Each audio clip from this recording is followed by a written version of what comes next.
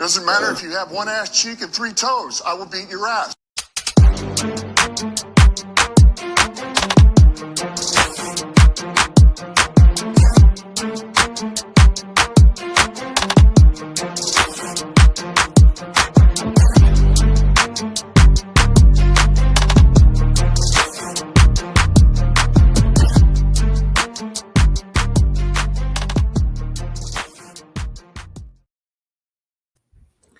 What up, doe? This is the one ass cheek and 3 toes. Hey, that rhymes.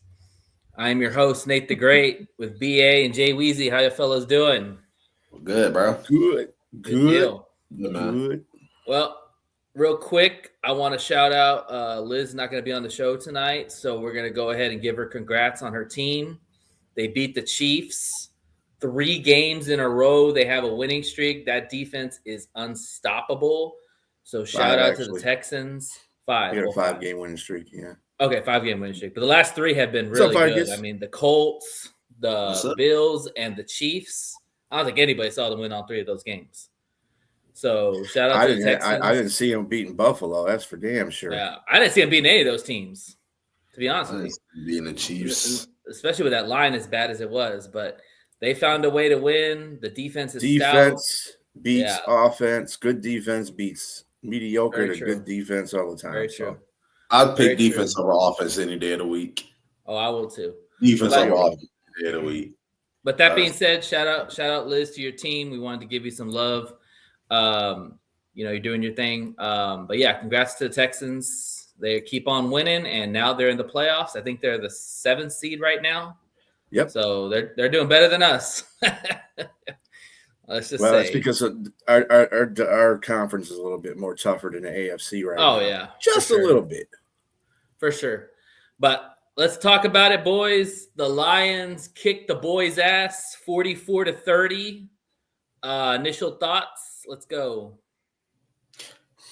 Good game. Great game, man. That game was a lot more interesting than what I really thought it was going to be. Good game. I thought it was going to be closer. Yeah, I think that Dan Campbell actually caught a really good game. I think he caught a really good game. And the thing that we stressed before, I stressed on the last time we had the show before this game, is that what they should come out and do is pass the ball. Mm-hmm. And that's exactly what they did. They came out there, I think the 7 of the 8 plays that they ran on the first drive when they got the field goal were passes, and they only ran once. And that didn't go very, very far either. And he didn't run. He didn't because the plays he called didn't have the run going right into the middle of the line. Right. He got him on the wide. Yeah, he got him on the wide and test those linebackers out. Mm-hmm. So that was just. I think that was one of his best play calling games so far this season. Mm-hmm. Yeah. No, I agree. Jay, what do you think? Yeah, no, I agree. And that shows me, I know we were kind of complaining about his play calling a little bit earlier, a couple of weeks ago, but that just shows that he is capable of calling plays. He just has to be consistent with it.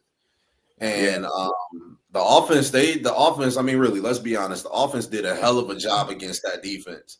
I mean, from guarding Quentin Williams to guarding Kenny Smith to making sure that Goff stays clean, I think they did a better job than we all expected them to do. I mean, I expected Goff to be on his ass the whole game, and I think I said that last show, but he did a hell of a job, man. I mean, yes. I mean, I actually, the reason why I picked the Lions to beat the Cowboys is because I thought if there's one equalizer for the Lions, they can score on that defense.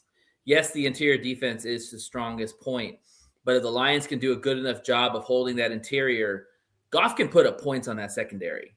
And sure as hell he did. They found their playmakers. Gibby was amazing like always. He is. Monty showed up in a big way. I was just going to say that. The offensive line, I think, really, really showed up for this game. But that I wasn't, as funny as it sounds, I wasn't too concerned about the offense putting up points. It was more about how the defense would stand up against that offense of the Cowboys. Because you talk about the 2 receivers they have, Javonte Williams, Ferguson.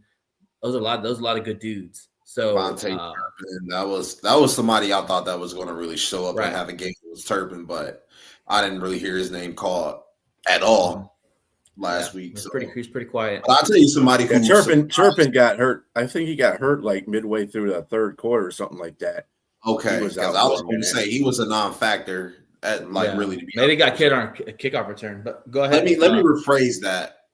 Not a surprise, but someone that I knew made a huge difference was David Montgomery. David Montgomery had 6 carries and 60 yards, and he had a touchdown. If you guys remember, he broke away and had a big run, which ultimately set them up for a touchdown if he didn't score that drive. That was the old David we're used to seeing. Yeah, dude, like that. That's something that the Lions missed a lot. And I know they kind of went from the power back in David Montgomery to the Jahmyr Gibbs. But that's something that the Lions need to really, really still use is David Montgomery because he wear a lot of defenses down. And that's exactly what he did to the Cowboys. He had them tired. I mean, really, let's be honest. As soon as Gibbs came in, that's when Gibbs started to break away. Mm-hmm. That's something they were missing, bro. But they were running the football. Go ahead, B. All together. How'd you like that run by Montgomery? It was almost the same run he had against them last game. Remember when he pulled on his jersey and they broke away his like undershirt there? It's almost the same play. And they grabbed him again. They couldn't get him down. Yeah, that dude is strong. That's a strong guy. He's got some strong legs. That's a big dude, man. Right. I'll tell you what, man. If Monty's coming around, we already know what Gibbs is. Gibbs is the superstar in the making. You already know what J-Mo and Amara are going to bring to the table. If Monty gets going, man, and looks like he is, watch out. This offense all of a sudden now is back to really running the football. And now the passing game becomes a little bit more fun, more unpredictable of what's going to happen. Getting Tesla involved more in the offense too. I'll tell you somebody who surprised me though. This would be a great surpriser, and I think both of you are going to say the same thing. Miles Frazier. Miles Frazier, a heck of a game. Held his own. I'm not talking about him just going out there making a couple good plays. I'm road grader. People on their ass that game, whether it be one of their interior defensive linemen, dude, and he didn't draw any penalties, if I'm not mistaken. That's something that's big that they're going to need. That if he stays consistent, what do you do with Mahogany when he comes back? Well, he did get it. He got whiffed on Quentin Williams. When Quentin Williams got him on one play. In the first couple of plays, he got a holding call. He settled down like after the first 4 or 5 plays, and he started to. I tell you, he did better than Cologne. I'll say that. Cologne got yanked. Like, he got Cologne made a hell of a play with that Jahmyr Gibbs touchdown, though. Yeah. Cologne had a hell of a block when Jahmyr Gibbs just broke and got that touchdown. That's because he got that down. That's 7 why. pressures in the first first drive. That's insane. That kind of makes me just wonder, what the hell do we do with Mahogany when he comes back? Mahogany's going to start, but here's the thing. I thought Miles Frazier played solid for what we expected him to be. You got to remember, he came out of the LSU as a tackle. He played tackle for LSU. So he was going against some good defensive ends in the SEC. So I think going in, putting him inside, his job is a little bit easier than playing tackle. Now is at guard. There's not a lot of great interior guys as you see in the SEC compared to defensive ends in the SEC. So I think that transition is going to make his game a lot easier because he's a road grader. He puts people on their ass, like B was saying. And all he's got to do is just be consistent. That's all he's got to do. Just stay consistent. Yeah, he plays the guard position like a tackle. So to what Jay was saying about knocking, he was just knocking people off. That's what tackles do. Yeah, that's what usually tackles do. He was just right. He was clearing out places. So I mean, that dude was just playing. Shout out to him. What's up, Robbie? Robbie. And this is what we talked about the last time when people are saying, well, Brad Holmes is not addressing the O-line. You see Tate, man. Tate looks like a starter stud. Like he is really coming into his own. He's playing well. And then Miles Frazier, you see the potential in Miles Frazier. Injuries just derailed him early in the season. But I think that with him and Mahogany, now you're looking at a battle because Mahogany started practicing this week. I don't think he'll play this week, but he'll probably be back next week. But if Frazier's going to start, Campbell already said he's going to put him in to start. So we're having 2 rookies going against the Rams. We'll talk about that in the pregame. But the line's kind of filling now into place. You know, Graham played decent. He wasn't all world, but he played all right. Decker was good and solid. Panay was Panay. You just hope the continuity continues with this line. We don't want to have a lot of shuffling pieces. Mm-hmm. I agree. And I'll tell you the only downside about the game, though, was losing our Pro Bowler safety. That sucks. Yeah. That was every time we play Dallas, we lose somebody for the year. It never fails. I lost Aiden last year. We lose Brian Branch this year. Let's get turf, man. Yeah. Let's get away from that for a sec. Let's kind of talk about the Lions win. Who's your studs? Give me a stud for the game. Start with DB. I'm gonna go with 2 because actually they showed you both, like Montgomery and that break, that touchdown he got that he just pulled away from the guy like he did last year in Dallas. He's one. Jameer both these backs did exactly what you expect them to do and what you perceive them to be.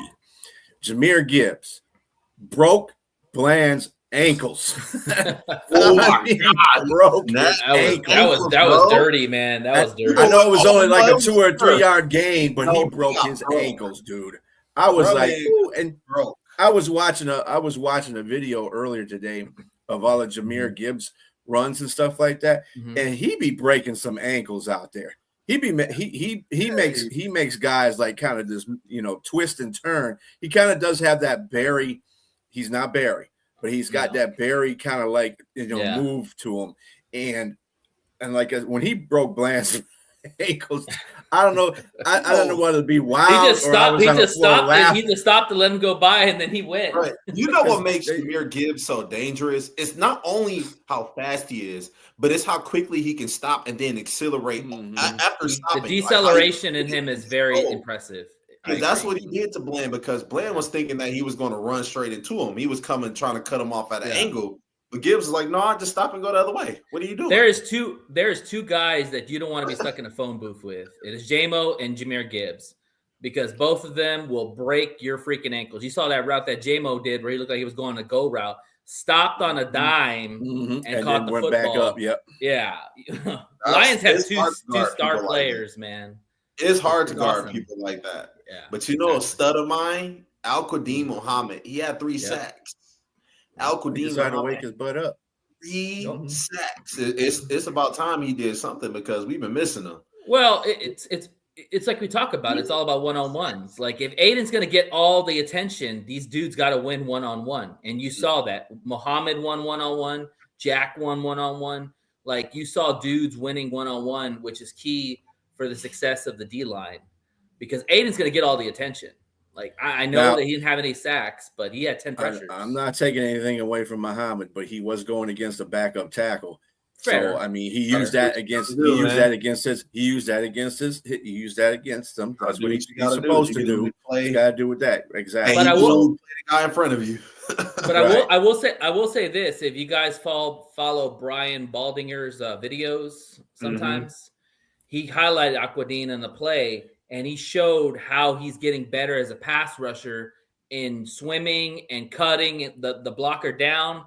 Like you could see he's evolving as a better pass rusher. Now, yes, it was against lesser talent, but you hope that teaching is going to get better as we go, because we're going to need him big time. Mm-hmm. Tell you another stud, Dan Campbell. Give you another stud, Dan Campbell. Play calling, the right decision making to kick field goals and to punt the ball when it's time to do that, rather than going forward on 4th down. It's kind of crazy the difference it makes when you actually take the points, or when you actually give your chance to make a stop when you put the other team on that 20-yard line. So let's not give him all his praise, because he could go 4th downs all this week, next week against the Rams. But yeah, I think it's all situational. The situation dictated that they were up by some points. So yeah, taking the points, punting, it's not a bad situation. Even when the Cowboys came back and the Lions could have put themselves in a bad position to where the Cowboys could have taken the lead, Dan Campbell called a master plan type game. He didn't let the Cowboys recover. they went down there and they scored, which ultimately put them up 2 touchdowns. So Dan Campbell, he did the right thing. Just call it a good game, man. I'm gonna give you all 2 studs. So one of them is gonna be Derek Barnes. I thought the interception that Derek Barnes had was huge because that set us up with points right after the first half. Literally after Dan was saying we need to get a turnover, they get a turnover. So again, I think the NFL's rigged, but whatever. It's the second time that's happened where Dan said that. Maybe you say that every game and they just get a turnover. But anyways, that Derek Barnes interception was huge. He's been playing solid all year, but I've been wanting him to take away the ball more because he's such an athletic specimen. Like you see, like if he would have got better blocking, he probably would have took that to the house. So Derek Barnes was my guy. And then I'm going to give Mr. TK some love because TK, listen, when the game was close, TK had some big returns that literally set us up back on track. If you don't get those big runs, you're having to drive longer the field and who knows what happens because Dallas had the momentum at the time after they scored that last touchdown. And then TK took it to the 50-yard line, and pretty much the Lions were already in plus territory and got points off that drive. So I'm a shout out to TK, man. If he can, yeah. This is true, too. Yeah, if he can return like that going forward, man, now you've got him and Sailors back there. Man, now our special team's looking solid. Yeah, Pickens was playing like ass after the second half. It's like when CD went out, it was like he had to become the guy, and he just couldn't do it. Yeah. He couldn't do it. Yeah, he benefits from having CD Lamb. Mm-hmm. Like George Pickens don't have to be a number 1 in Dallas. Yeah. That's what makes him so good. But when he had to step up and take that role, he couldn't do it. Excuse me, he couldn't fulfill that. So yeah, I think now we know. So CD, so we have established because they were talking about, oh yeah, CD's 1A and Pickens is 1, 1B. No. After this game, no, CD's the one. And Pickens is the CD's like one of the top receivers out there. I mean, you see the way he runs those routes. I mean, poor DJ Reed. I mean, he's a good cornerback, but my God, CJ Lamb. Nobody covering CD. You know that very well, don't you? What's that called, Robbie? You know that very well. Yeah, about Pickens. Mm-hmm. Yeah, CD put on a clinic out there on DJ Reed. He sure did. Yeah, but it's all good. I'm okay with like, damn, can I get some help out in this? I'm okay with a stud receiver doing my cornerback bad, but like if it's a scrub, then we got problems. You know, CD's one of the best out there. It's no different than Amon-Ra. Let's talk about Amon-Ra. Amon-Ra St. Brown's a fucking warrior, man. Mm-hmm. That dude, I don't know what players do before they play the game, but my God, Amon-Ra looks so solid in this game. Like, didn't even look like he had a limp or nothing. I mean, this guy got rolled up on pretty bad, and we were concerned that he might be out a couple of weeks. That son of a bitch shows up in this game and plays out 92 yards. Are we surprised, though? Are we surprised? That's Amon-Ra. I'm a little surprised in this situation, but overall, I'm not. It's Amon-Ra St. Brown. I mean, the dude played 1 year with practically his ankle detached. It was a squat. It was a squat. That was last year. You're talking about his hand? Or a couple years ago. No, not his hand. Yeah, his quad. That's still something you got to run on, right? So, I mean. He also played a game where he couldn't catch the ball. Remember, he's having that tingling feeling in his hands. He said he couldn't feel anything from his hands from the receiver show, remember? But he played. That's what happens when you get raised by, Mr. Universe, man. I'm not surprised, and I don't want that to sound disrespectful to Amon-Ra at all. I just know how tough he is. A lot of people may not see it from that aspect, but we've seen Amon-Ra St. Brown for what, 4 or 5 years he's been with the Lions now? Mm-hmm. I mean, look at how he has built his career, the way he's made a name for himself based off of grit, the hard work, the toughness. When you hurt, still play. That's Amon-Ra St. Brown. Mm-hmm. You know, I'm not surprised at all. A couple of other guys that I want to give shout outs to. Avonte Maddox, after Branch went down, he stepped up. He played well. I mean, we're going to need Avonte the rest of the year, man. He's going to be the starter along with Kirby when Kirby gets back. You know, but yeah, he stepped up good. He played well. Also, too, J-Mo. Listen, man, people need to stop with the slander of why you pay this guy this much money. Hey, you see why you paid him, because when Namara went down, J-Mo stepped up. And now that J-Mo's got the confidence of playing well, him and Amara are playing well at a high level. Now Goff's got some other weapons to throw the ball to. And J-Mo's just getting better and better, man. Like I'm so glad we extended him now, because the ceiling is so high for this dude. And you've already locked him up for three or 4 years. So you're good. So he could pop, and he's already paid. So that's all. That's the way I look at it. Like, you're not worried about him setting the market or anything. And J-Mo had like about 90-something yards too. Like 96 yards or something like that. And he's not doing it with the big plays. He's doing it by just catching the ball and being open and route. Yeah, 7 receptions and 96 yards. I'll tell you, there's one play in there Goff threw where he and let's I'm gonna keep giving Goff his kudos. That dude was playing. He deserves it, man. He's fucking balling out right now. He threw a pass right in between the linebacker and the safety and another corner that was on J-Mo. I mean, he put that pass right on him. I mean, right. I mean, if any centimeter left or right, it would have got picked or tipped. And what about the Tesla touchdown? Right in there. The Tesla touchdown was a dime. He had because he had to throw. Tesla had to jump up and get that one because he was throwing it over to safety, and the safety probably could have picked it off had he been playing the right way, but he didn't. Yeah. So, but that was still a good throw. Yeah, and also too, the thing about Goff that the thing about Goff that people don't understand is that Goff has 2 running backs that literally live in the end zone. Okay, no other quarterback has 2 running backs that live in the end zone. So you take away those running backs, Goff's got probably about 30 to 35 touchdowns on the season. Because those are all touchdowns he can score in the red zone. But because the Lions have such a versatility of running backs, they're going to take a lot of the touchdowns away from Goff. That's why Goff's numbers always don't look so high. But even this year, 25-6, hell, I'll take that. Or 26-5, I'll take that all day. I mean, shit, it's still 4 games left. He can still end up with 30. Yeah, exactly. That's what I'm saying. Play a game right. He can definitely. And Gibby's what? Gibby's probably got like 10 touchdowns on the season. Monty's probably close to 10 himself. So both running backs are going to have near probably 1,000 yards after the season's all over. Gibby's already there.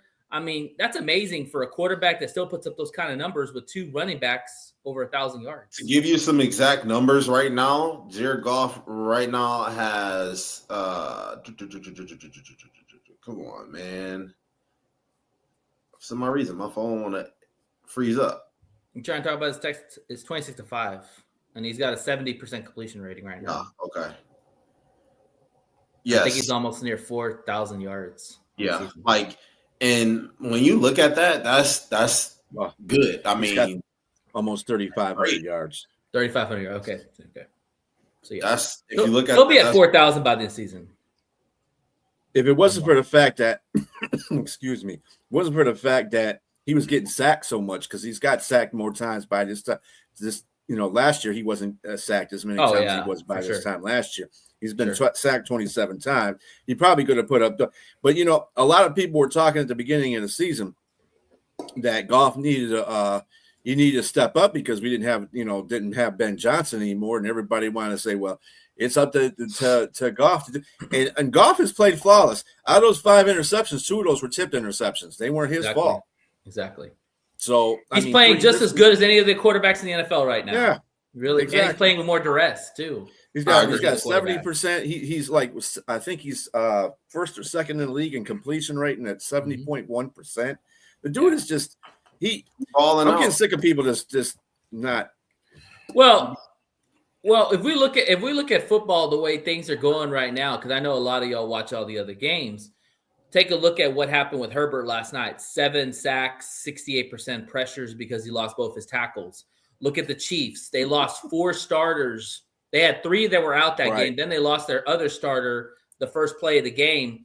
And you saw Mahomes running for his life. We've seen Stroud at times running for his life because he's got a weak O-line. It's all about the O-line, y'all. If the O-line is not good, you're not going to be good, or unless you're Josh Allen or a superstar player. Even Josh Allen. Even they have their issues. Yeah. So, I mean, it starts with that O-line. If your O-line's not good, you're going to have problems. What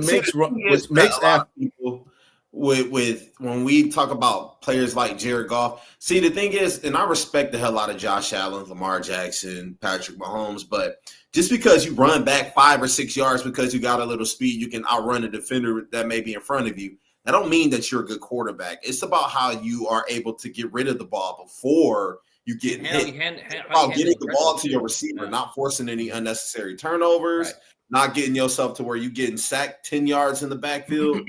Like, that's stuff that Jared Goff is elite at. A lot of people be like, well, why in the hell is Jared Goff throwing at the receiver's feet? Because he's not trying to throw an interception. He know he's not able to fit the ball to the receiver, so he has to throw it in the dirt so nobody picks it off. Right. He's not trying to take a sack. And if he takes a sack, he doesn't take a big-ass sack. He takes a sack of, like, a couple of yards. Because he always steps back like two feet. Hey, live to play another day. Tom Brady would tell you, man. When Tom Brady knew he was about to get sacked, he would fall. I don't know if y'all seen this, but when Buffalo had played the other day, I seen Josh Allen. Josh Allen ran all the way in the freaking backfield, and he had a couple seconds to throw. Now, when pressure was in, they can make those plays. Luckily, Shakur's whatever his name is, Shakur, the receiver, Shakur got open. Luckily, he had got open and he caught that touchdown pass. Now, if he wasn't able to get that ball off a millisecond later, he would have got sacked, and that would have been turnover on downs because they went for it on fourth. You know, like. That's what separates people like the good and the bad. I mean, you just have to make good decisions as a quarterback. I think also too, you hit the nail on the head that Goff knows when his clock is over. Yes, absolutely. He's going to go down, and he's gotten better at protecting the football when he gets sacked. Well, yeah, sometimes he has. I think he's elite at that. I'm gonna be honest, but he's gotten better. He's gotten better at getting that. But he's gotten better at getting sacked and not fumbling the ball. Knock on wood. Yeah. Knock on wood. That's the reason why Jared Goff is doing pretty good with ball control. I'm just going to say that. I'm not even going to put the bad energy out there, but he's doing good with ball, like not turning the ball over, doing what he has to do. Because he's trying to put the ball in harm's way. No, you good. You go ahead. What are you going to say, B? I think a popular misconception with quarterbacks that are athletic, that can run, you use that situation in case your offensive line, which is supposed to be pretty good anyway, breaks down and you can't find any receivers. That's what a running quarterback will do for you. Now, Goff doesn't have that benefit, so he has to throw quick passes. So we use him in a different way than you would use a running quarterback. So, I mean, if you have a bad offensive line, I don't give a damn what running quarterback you have back there. Exactly. Against Houston, Josh Allen was running for his life back there. He lost 16 yards on a sack because he ran all the way around all the place, and Houston just gang tackled him in the backfield. Look at Lamar Jackson. Look at the year Lamar Jackson has happened. I mean, he went from an MVP caliber season last year to being not statistically as good this year. He still got the same qualities, right? He's not injured. What is that's why this whole protect him the way he needs to. That's why this whole mobile narrative needs to stop, because the way I look at it is, yeah, sure, a mobile quarterback can create you plays outside the pocket. I agree with that. However, a mobile quarterback can also lose you a lot of fucking yards. I want to bring up a stat really quick, and you guys keep talking, but I'm about to bring up a stat really quick. What did Robbie say about Goff? I didn't see that one. So he couldn't outrun DJ Reader, but that's not what Goff does. So no, he's not trying to outrun anybody. He's trying to save himself. Shit. The fact that he had the one game he had 24 yards rushing. I have a question for you guys. Okay, name me the top 5 offenses right now statistically. Lions. What we think? Yes. Probably Lions and Rams. Colts, Rams. Lions. Colts, Rams. Lions. Buffalo, maybe. Who else? No, Buffalo might be up there. Rephrase that total offense, like what they're counting touchdowns, yards per play, yards per game. You right now, number 1, you got Dallas. Dallas. I forgot about them. Yeah. At number 2, it's Buffalo. Number 3, the Detroit Lions. Number 4, the Los Angeles Rams, and number 5, the Chicago Bears. Yep. Okay. Yeah. Now, with that being said, how many mobile quarterbacks have we left off of this list? Patrick Mahomes, Lamar Jackson. You know, I'm sure y'all can name a couple more people that can actually use their feet, but even with these mobile quarterbacks, their offense is still not as good as the Lions. But you know why? Still aren't averaging as many yards per play, yards per game as the Lions. But you know why? Because of the skill players. You've got a guy like Gibbs. You've got a guy like JMO. You've got a guy like St. Brown. These dudes can eat up space and create explosives. Like, people want to know that it's funny that the Lions O-line has struggled this whole season. You mentioned Jared Goff getting sacked a lot. However, the Lions are still up there with explosives. They're still up there with big plays because of the guys that we have. That's true too. The Cowboys got those guys too. It's just, I think the thing that you're looking at, those top five, there's only two quarterbacks that really can move in those top five. That's right. Stafford and Caleb and Josh. Jared Goff has been in the dirt and under pressure, duress. He still had 309 yards against the Cowboys. He had 256 against the Green Bay Packers. He still had almost 300 against the Giants. Jared Goff is. It's not his fault. When your line sucks, it's not your fault. Exactly. So the whole mobile narrative, the whole mobile quarterback narrative, it doesn't fucking matter if your quarterback runs a 4-4 in the fucking 40. It doesn't matter. It's how your quarterback is able to be protected, but get the ball to his receivers. But I will say this, Jay, on your point, because Goff has to get the ball out of his hands so quickly.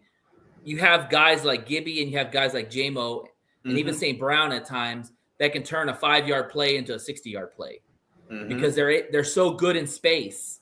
And that's what Dan's starting to realize as a play caller, that, hey, I got to get these guys in space any way possible, whether it's through the intermediate, whether it's through the slot, whether it's downfield. I got to get these guys in space as much as possible because nobody's going to be able to tackle these dudes in a phone booth. Like, you see that. People are losing their jock straps on the field because they're trying to tackle these dudes. Agreed. I agree. All right. I agree. Yeah. Just Goff has not been the issue, even in the losses. To me, he hasn't been that issue. I agree. I think that the offensive line, like I said, whenever the interior line goes, the Lions go. If they play really well, the Lions are going to play really well. If they don't, it's not going to happen. So, Goff hasn't been the issue, though. The dude's still playing with 70.1 completion rate. He's got almost 3,500 yards. Yeah, he's been under duress. He's still pretty good at that. I wish he would hold on to the ball a little bit better when he does get hit in the backfield, because he's had a couple of those. Or throw it away too. Sometimes that might be the case, but there's a couple of times he's been sacked and he didn't see it coming because they were on him so fast because whoever was blocking decided to whiff on the block. Decker. So Decker or the guard or anybody. And I'm not gonna blame everything on Decker either, because the guards are playing. But that sack on Micah Parsons that sack where Micah Parsons literally blew up Goff. That was I had that one in my head so much because it looked like Decker just like didn't even give it an effort. He's like, screw it. You gotta realize too that these teams. Our offensive line is human too. The first play, Poopy Pants got a sack. Guess who he beat to get that sack? Sewell. But he also wrapped around Sewell because it was. There's no excuse, dude. Sewell should have got that block. But did he get credit? Did he get credit giving up the sack? Because he hadn't given a sack all year. He shouldn't have got credit. He should have got credit for giving the sack up, because the dude went around him. There was, he was coming off. It wasn't straight up, but it was around. Yeah, but you're right. He should have still blocked him. But Sewell sometimes you'll see him, I wouldn't say go to sleep, but the effort at the point of attack isn't there immediately. He'd be like, "Oh, I gotta go block this dude," and then he might recover. He recovers really well, but there's sometimes he don't recover. But let's give credit where credit's due. Houston's played against Sewell. It's a minimal amount of time too. It's a minimal time. Yeah. It's not like they're doing this every play. You just notice when somebody gets a sack on Panay. That's the thing. You don't notice when nobody else comes off that end for the rest of the game. That's the point. But Panay Sewell, he's I really think that his injuries are a little bit more severe than we may think they are, because Penei Sewell, he's been consistently on the injury report, and two, he just kind of looked like he winces every snap, and he just don't look like himself. I mean, he's always in the like he's dealing with some injury that may be he's always in the crosshairs. Like you watch him, he does all the run blocks. So who's running behind him? The running backs. And they're trying to get yards, like he's trying to punish everybody. The difference with Penei Sewell that I haven't seen with other tackles outside of maybe Trent Williams, they punish the dudes. Like they don't just block. They go running down the field and they block. Punish, they punish the hell out of them. Yeah. And because of that, that's where you're going to get hurt. You know. But you speak of Amon St. Brown, Penei's been a warrior in that position too. He's been playing through all kinds of injuries. I hate saying this, man, and I hate even speaking on it. I know y'all gonna get upset at me for speaking on it, but how many games have Penei Sewell missed? Not any, really. Maybe one. His whole career. No, he missed one last year. Or did he miss one this year? Penei Sewell is a fucking monster. Yeah. Penei Sewell is a monster. That's an Iron Man. That's the true meaning of an Iron Man right there. Mm-hmm. He didn't get credit for getting up a sack on that game. Just letting you know. I was just saying. But either way. He should have. Real quick, before we move on to the picks, scale of 1 to 10, how confident are you in this O-line going forward? If they keep this same O-line, because he learned one thing about the O-line that I noticed in this game, once they took Cologne out, is that they communicated better. Mm-hmm. And Frazier was, and then Frazier's a road grader. So, I know Dan wanted to downplay that in his press conference that he had, right? When somebody asked him that question, how you feel Mm-hmm. He's going to do, and he kind of like, well, he's got to practice a lot more. He's got to get more reps and stuff like that. He's downplaying it, but I bet you in the back of his mind that dude was balling out there because he was when he came in there. He changed the whole offensive line when he came out there. That's why he's going to start in this next game. Absolutely, you trust him against that D line, and he needs to continue to start. That's all right. What if Mahogany comes back? He's going to be probably back next week. That dude wasn't doing a very good job when he was in there. Really? I don't know. I thought Mahogany was pretty solid. I would keep Mahogany in there too. I mean, really, I don't want to throw anything off too much, but hey, you know what? It brews competition. Whoever's playing the hottest, they'll put him back in there. I mean, it's good. It's good to have him as a backup, Simo, because what you really can do. I mean, if Glasgow is hurt, you can move right to the center and put Simo on the other side. True, because that would work too. But they got to communicate. I think that's the thing about Simo that was different. Simo doesn't seem like he knows how to communicate really well on that line.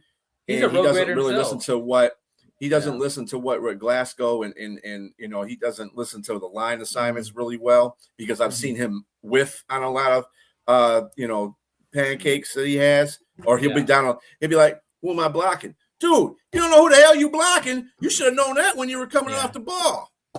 That's true. I've seen him do that too many times. That's the reason why. And Frazier, besides the one holding call he got, and he did whiff on one block, but I think that was more of an assignment issue, and because he's a rookie and he didn't, he hasn't been playing with the team so much. But after that, it was like he was a natural the whole rest of the game. He was just running people over. And one last thing on Frazier too is that he played tackle in college, so he has experience playing tackle in a pinch if needed. I do too. I love pancakes too. Give me some chocolate chips. All right, let's move on to the picks. B, roll your power rankings and we'll do some picks. All right.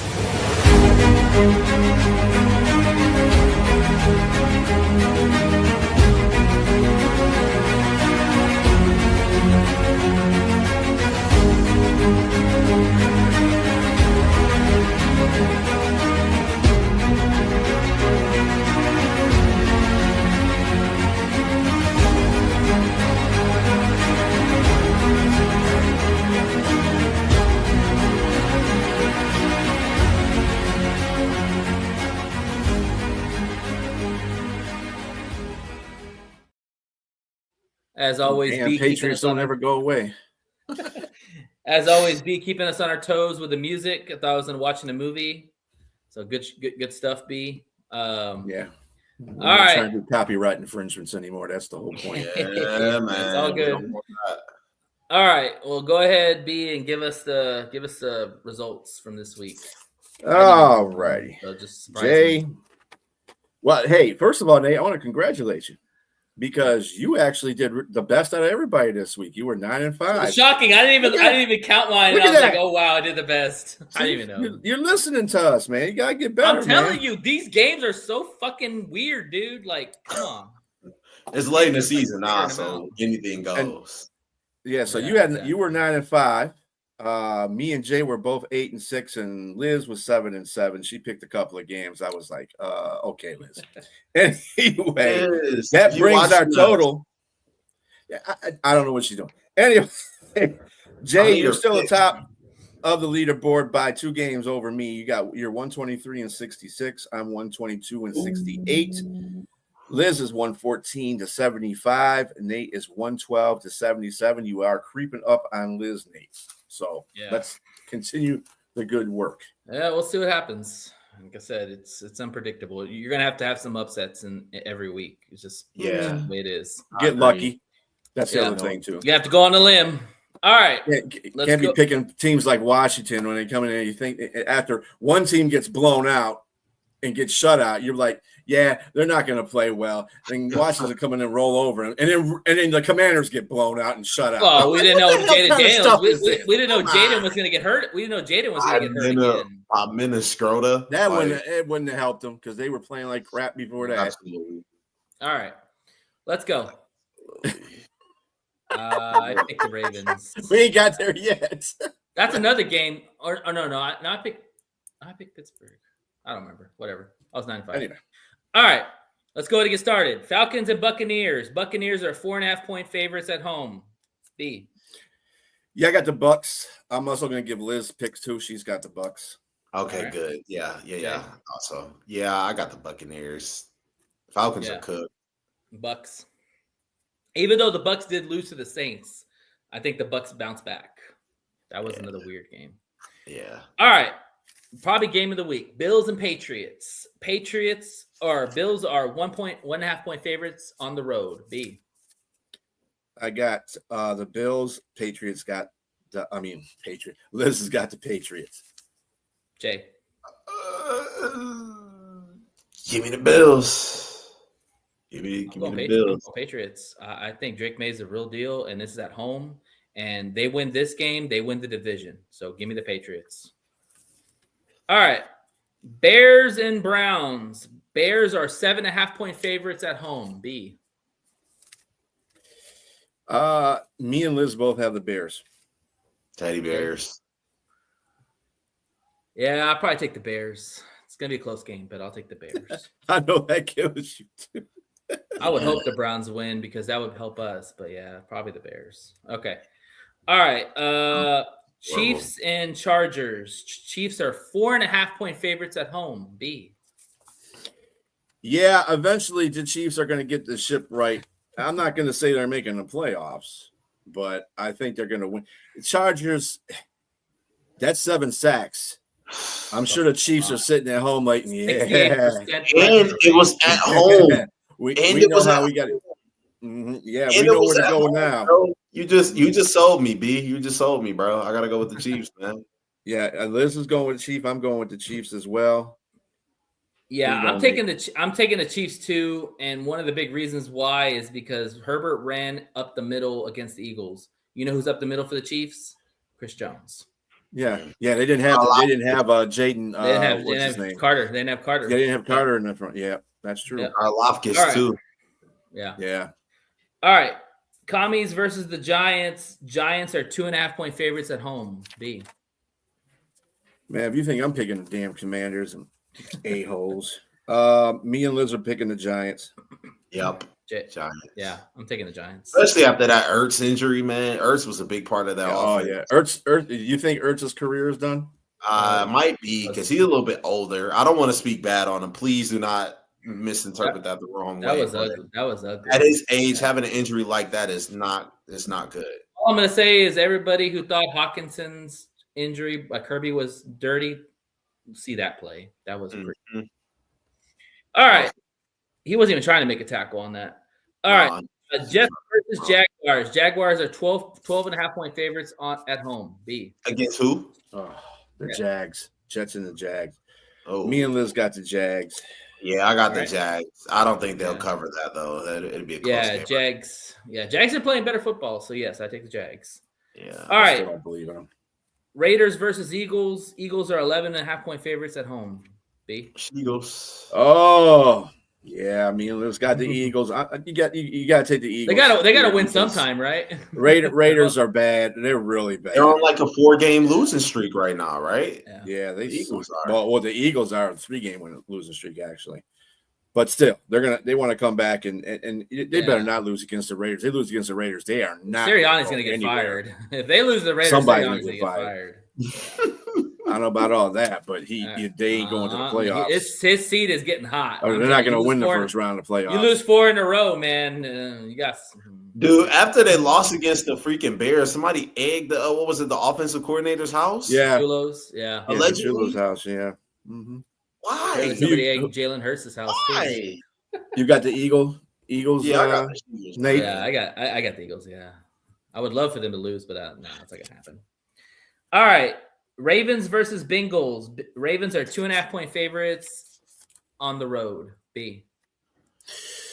Well, I'll be the jack off that has the Bengals there, Yinser, because I'm taking the Ravens. Jay. And Liz is taking the Bengals. Give me the Ravens. They gotta win the game. I swear to God, you were going to go for the Bengals. Give me. The Ravens has to win some game sometime. Yeah. Give me Divisional Joey Burrow, game. man. Joey Burrow has been playing balls out. If it wasn't for that pick that he threw to the guy, which was crazy, Two of them. that he caught it. Well, that the one second one was the like house. Yeah, the second one bounced off hands. He threw 4 touchdowns. So give me the Bengals. What's up? Is this the year that John Harbaugh gets fired? If he loses, if he keeps losing, does he get fired? Maybe. Robbie, what say you? I know you're the expert with the AFC North, so please give me your expertise. All I'm saying is I think the Ravens have. I think Lamar Jackson's not healthy. I would be surprised. Now, it's depending on what Pittsburgh does. I wouldn't be surprised that all 4 coaches in that division get fired. That'd be crazy. Like Taylor and Kevin Stefanski for sure. Stefanski's just being an idiot. Stefanski for sure. Shador is Taylor ain't getting Stefanski's nowhere. He can't job. win no games early, and that's Taylor costing needs to be him in fired. the back of the Yes. season. Taylor will John be fired. Harbaugh, the fans been calling for his ass for such a long time. Yeah, 3 that's years what at I'm least. saying. They Like, ain't when got do you nowhere. make that change? And same here's the thing with thing. Tomlin. But here's the thing. If you fire these coaches, who are you replacing them with? Because John Harbaugh has been a hell of a coach for them for a long time. Mike Tomlin's been a hell of a coach for them a long time. Zach Taylor deserves to get fired. You can replace Zach Taylor, but those other coaches, those are top coaches. They're gonna get jobs somewhere else. They're not top coaches if they're getting talked about being on a hot seat. They can't be top coaches. What did they swap? What if Tomlin goes to the freaking Cincinnati or he goes somewhere else? Watch if Tomlin will probably retire or go coach a college team. Atlanta. No, he gonna coach at Atlanta. Watch. No, somebody's gonna hire Daughters Tomlin. from Georgia. Somebody's Nobody gonna fire wants to their coach coach Atlanta. to get Daughters from Tomlin. Georgia. Yeah, Like, bro, Raheem Morris is about to be out of the way, man. Yeah. Watch. Somebody's Go gonna Atlanta. fire their coach to get Tomlin. I'm telling you right now, it's gonna happen. Right. If you fire Mike Tomlin, you just an idiot. If you mind. but that would be amazing if all four coaches in that division got fired. Or even swap. You never know. But anyways, because they're all familiar with the division. All right, They so we're gotta all get going fired Bengals. first, though. That's the point. Okay, so 2 Ravens and 2 Bengals. I'm going Bengals. I have Ravens. Give me Joey Burrow. So Never know, funny Robbie. Could cigarettes. happen. All right. The Rivers Colts versus the Seahawks. Seahawks are 13.5-point favorites at home. Seahawks. B. I don't care who's and Rivers was signed. However, What's his Riley face? Leonard's out. Is probably Riley- out because No, got he's a knee not. problem. He's not questionable right now. They're going to make that a game time decision, basically. So But that's it's why game they time, he's signed got knee Phillip Rivers. problems. They ain't got nobody else. All they got is Rippon. It's not going to be Riley Leonard. If he's game time, he's got a knee problem. He's probably out. Which means he's playing if it's a Well, game that time. was Amon St. Brown too. Yep. I'm just saying. But a knee and an ankle are two different things. It really don't make a difference because whoever quarterback is back there is getting smoked because Seattle ain't no joke on defense. I'm going with Seattle. So is Liz. What you got, All Jay? right. Oh, I'm Seattle all day. Yeah, Seattle all day. Give me Seattle. I'll be interested to see who the With quarterback is. With Danny Jones going down like that, Daniel Jones, they're done. They're done. Mm-hmm. This team is running out of steam. I'm with they're you. done. Yeah. It was a nice story and- at the beginning of the year, but their schedule's brutal. And their schedule's brutal going forward. All right. Whackers versus the Broncos. Packers are 2.5-point favorites on the road. B. Liz's has the Packers. I have the Broncos. They are not beating the Broncos in Mile High Stadium. It's not doing it. Broncos all day. Broncos all day. If it was in Green Bay, I would probably say the opposite. I don't know. I don't know. Love struggles with a lot of pressure. I'd still pick the Broncos. I still pick the Broncos. I still go with the Broncos. I see this being a Cleveland Brown type of game where they lose a low-scoring game. Two good defenses, but I think that Broncos offense is going to be a little too much for them. Give me the Broncos, man. Yeah, Broncos. All day and night. All right. Panthers versus Saints. Panthers are 2.5-point favorites on the road. B. I have the Panthers. Liz has the Saints. This one for you, Sonia. Going with the Panthers. I'm going Saints. Saints showed me something, man. Going into a hostile environment in Tampa Bay and beating them. I think going back home, they get some momentum. They feel like things are kind of turning around a little bit for them the rest of the season. Sure, you could say that because and the Panthers have already gotten beat by the Saints at home, and they're playing in the dome. So there you go. Yeah, we'll see. Give me who dat Nation. All right, 49ers versus the Titans. Niners are 12.5-point favorites at home. B. Yeah, I'm going with the Niners. So is Liz. What do you got, Jay? Who are they facing? The Titans, the titties. Who won? Give me the Niners, bro. Got a 1-game winning streak. Yeah, give me the Niners. Yeah. Yeah, the Niners schedule is pretty cake. But I got the Niners. As quiet as Captain San Francisco needs to keep winning too, because they're in that battle. In that have you seen their schedule? Outside of the Bears, their schedule is pretty cake. Mm-hmm. They should get in. All right, Vikings versus Cowboys. Cowboys are 5.5-point favorites at home. B. Yeah, I'm getting sick of the in and out Vikings. But I'm going Cowboys because they just have the better offense. I just don't think, and they're playing in Dallas, so that's a big play. So me and Liz both got Dallas. What do you got, Jay? Is what's his name playing? Is CeeDee Lamb playing, or is he still out with concussion through the concussion protocol? Oh, he's in a concussion protocol. He'll probably be playing. It depends. Yeah. I mean, we won't know nothing until about Saturday. Do I go alter ego 9? No, I'm going with Dallas.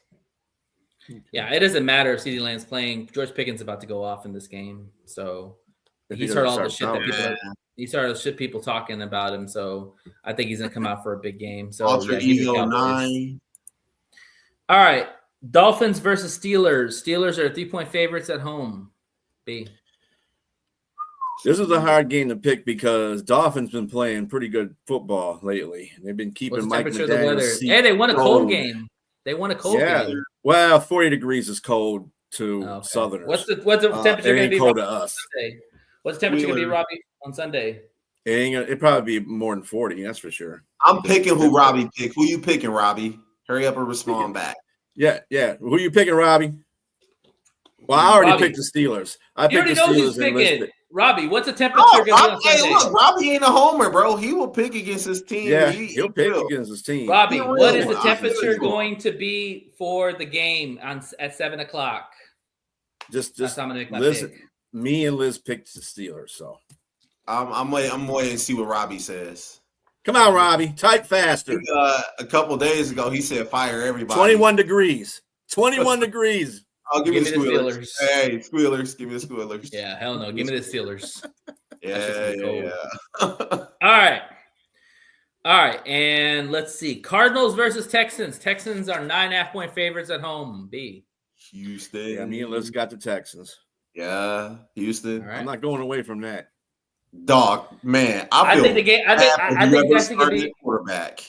I think it's gonna be a close game, but give me the Texans. Man, bro, Texans might win by 30. No. Man, they might shut Arizona out. If they had a better offense, I would say that. Their offense is still kind of Texans don't play well at home at times. They're hit or miss. They play well against the Buffalo game. I don't see how it could get any better for Houston. They're going up against. They got the number one defense. I don't care. Dog, they're gonna win. I just don't think it's gonna be that. Shut the Arizona Cardinals out, bro. Like dead serious. Yeah, they better not. Yeah. All right. And finally, we're all taking the Lions, right? Absolutely. What? If you want to go the Rams, go the Rams. Do it. Are we going absolutely with the Lions, man? Come on now. All right. Well, you were on the fence about the Cowboys. That's why I was asking. Yeah, the Rams are a hell of a lot better than the Cowboys. Me coming off that well, game different situation, different week. That's basically what that's about. But the thing is, you know something, bro? If the Carolina Panthers can go to LA and win, I think the Lions can go in there and win too. No, the Rams went to Carolina. Was it? Okay, I thought they went to LA. Okay. But they still beat them, and Carolina is undermanned at every position. No disrespect to the Panthers, because I think they're playing really good football right now. But the Panthers aren't the Lions. Let's get that misunderstood. One thing that we have to do in this game, just real quick, just one thing before we get to the preview. Make Stafford uncomfortable. Because when you make him uncomfortable, he does dumbass shit. Yeah. All right. So on that note, let's go into the preview. And so B, you said put pressure on Stafford, which I agree with you. I mean, Stafford is like Goff. He's a statue. I mean, he might have a little bit more mobility than Goff does, but they're both. Yeah. He has a little bit more bad under pressure. Everybody has a little bit more mobility, probably except for Phillip Rivers, but other than that, than Goff. What I will say for me is my key is run the football, because the one thing that defense has struggled with is the run, and the Lions' running game looks like it's finally coming around, which is what we need, especially going into the colder parts of the year and possibly playing outdoors. A running game is key for victory. So that's my key. Jay, what would be yours? Key, I'm going to say that defense, man. I think that defense is going to have to play a big role, because Stafford's playing like an MVP right now. And like B said, you got to make him uncomfortable, make him make his own mistakes, because that's still Matthew Stafford back there. Now, while I have respect for him, he do tend to do dumb shit when you make him uncomfortable. So, hold up. Well, just like any other quarterback, but Stafford's a gunslinger, man. He's going to throw that ball up for 50-50, especially the Puka. Absolutely, and it's going to be key if Kirby Joseph goes this week. I hear he's practicing. I'm not sure how true that is. I really hope he's going, man. We cannot have two backup safeties back there against Stafford. Kirby Joseph plus gunslinging Matthew Stafford really favors the Lions all day, every day. So I think that they're going to have play sound football on defense. I'm not really too worried about the running game, because the Lions show that they can stop the run game. It's going to be passing. It's going to be the 3rd and shorts, or the 3rd and 5 and 6. Are they going to be able to get off the field? That's going to be very big for me. So the Lions are 5th in rushing offense, and Rams are 11th against rush defense. Okay, so they're like good. They're like good, except good, you know. Like, but if you go back to the Panther game, they won that game because they ran the football on them, just like we do. Like, they have a two-headed monster. They had Dowdle and they had Chuba. We have Monty and we have Gibbs, and I would argue that Gibbs can be used a lot more different. Have you noticed that too? A lot of teams are doing exactly what the Lions are doing, because you can't have one workhorse. You can't have not as good workhorse. It's kind of like, in fact, the Rams are like that. That just not to the degree that the Lions running backs are. They got Corum and they got the Williams, and both of them. Williams is more of the faster back. Corum is the one, the bruiser. It's the same. Everybody's doing that concept run. It's like people are it used to be the Lions would not conform to everybody else. You know how the league would do certain things and everybody would conform to it and do the same thing. Now everybody's doing the same things the Lions are doing. I think that's pretty cool. It's all about ball control, B. I mean, they see how the Lions, a lot of success has come because they would control the ball and they control the clock and the time. Like, if you want to do that, you've got to run the football. Passing the ball doesn't do anything for you other than just try to score you points. If you want to control the clock, you got to run the football. Hey, Robbie, give me an honest opinion about Kazee too. How you feel about Kazee? Because he played for Pittsburgh. Yeah, let's talk about some of the additions that they made. So Kazee, a safety that from Notre Dame, I believe, right? He's from Notre Dame. He was drafted in Notre Dame, I think. I don't know. Oh, by the way, Liz just texted me and she said change her pick from the Rams to the Lions. She said she got some information. Hey, Liz. She got some information on the Cali call that made her change her mind. Girl. I want to know what this is now, damn it.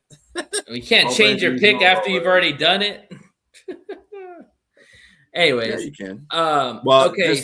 You can't, as long as it's during the show. Can't do it all right. So just to go over some transactions, Ross Dwelly got cut. Mollett is back on the team. Yeah, Kazee.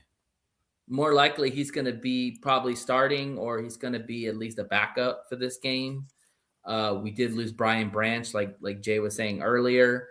I would imagine that it's probably going to be Maddox and hopefully Kirby back there. As far as cornerbacks, how are y'all feeling about Meek Robinson? Because he's given up a crap load of yards. Did y'all see how many yards he's given up for the year so far? I mean, that's like comparative about 724. All the Lions in general. He's probably way not the worst cornerback in the league. No, I'm just but what I'm saying is, like, do you still want him to start, especially against the receivers? Yeah. I feel like he's playing out of position. He's not meant to be a number one. That's what I'm saying. Like, do you want him in a starting role or do you want to put him back at the nickel?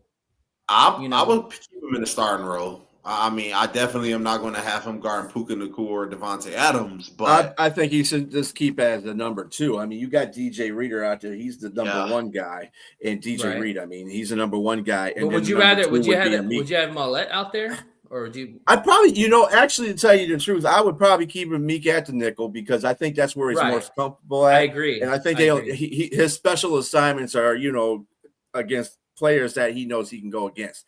Sure. If he doesn't if you're throwing him out there as a number 2 all the time, it ain't going to work out very good for me. No, he's not that talented to play at number 2. Especially leaving him one-on-one. Yeah, he is talented. He shut down JJ. Give me a break. Yeah. Anyway, well, what I'm saying is that this year he's kind of struggled against the really good receivers. That's because he's been playing a number 2 a lot. That's what I'm saying. That's what I'm saying. He's not a full season. He's not a full number 2 CB.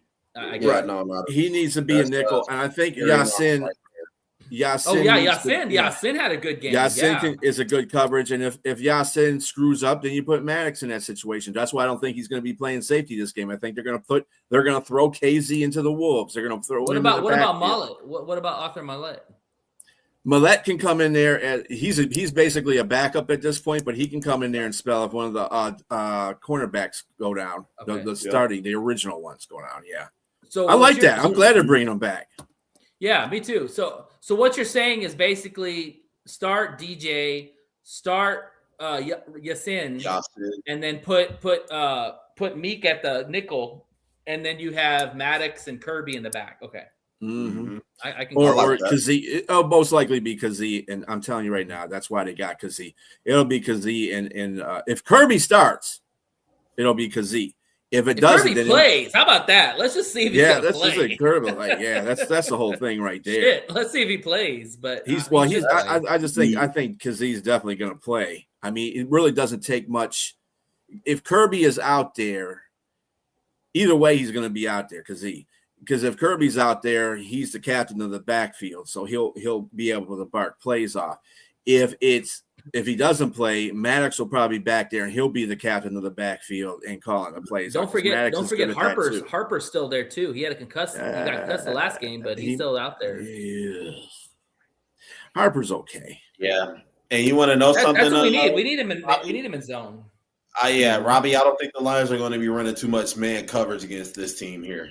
Nope. Well, we said that against the Cowboys, and they ran a I don't lot of think man. They did run a lot of zone though. There was a lot of zone in that I don't game. think they have the firepower to run man against this team here. It's just not favorable for the Lions to do that. Losing Brian Branch was a big loss because Yep. that's your Swiss Army knife, and you can Now you don't have Branch or Arnold. That's like you obviously can't run it the way you want to.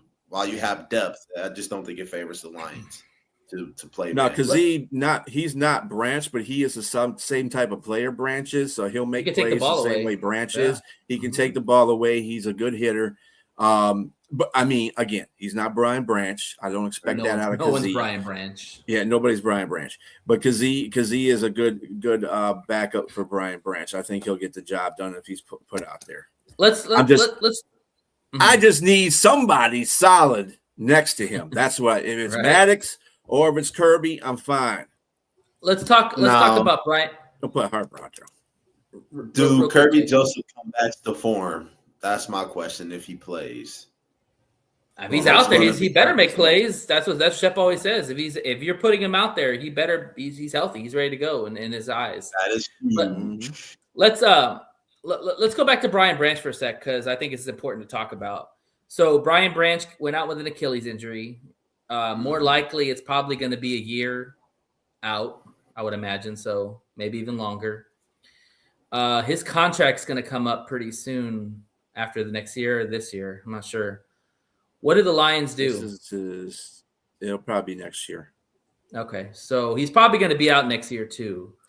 Well, we're used to that anyway because we got a whole bunch of damn corners. Yeah, he's 25. He's 25 years old, I believe. I don't know when his birthday is. He's been pretty solid for this defense. 2 years ago, 23. He's got a lot of boneheaded moves at times, which frustrates you.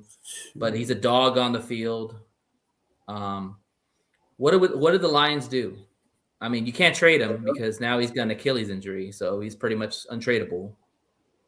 You probably draft someone.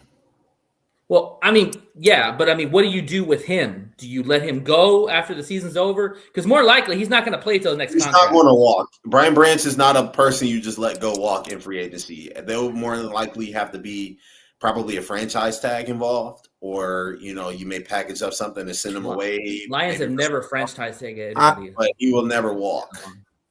I think they will in this because you know what they're going to do. He's coming off a rookie contract, so you got to pay him big.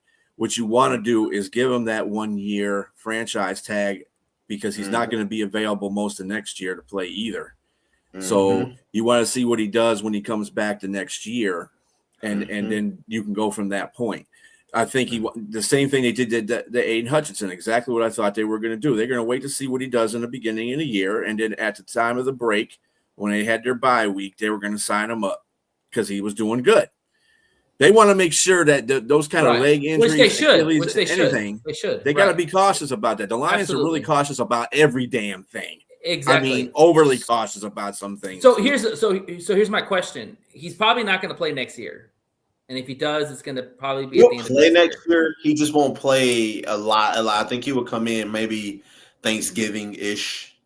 Yeah, he'll be there about that time. Maybe around that. But here's the thing. Remember this. Remember when what was his name? The guy Cam Akers from the Los Angeles Rams. Remember at the beginning of the year he popped his Achilles and he played in the Super Bowl.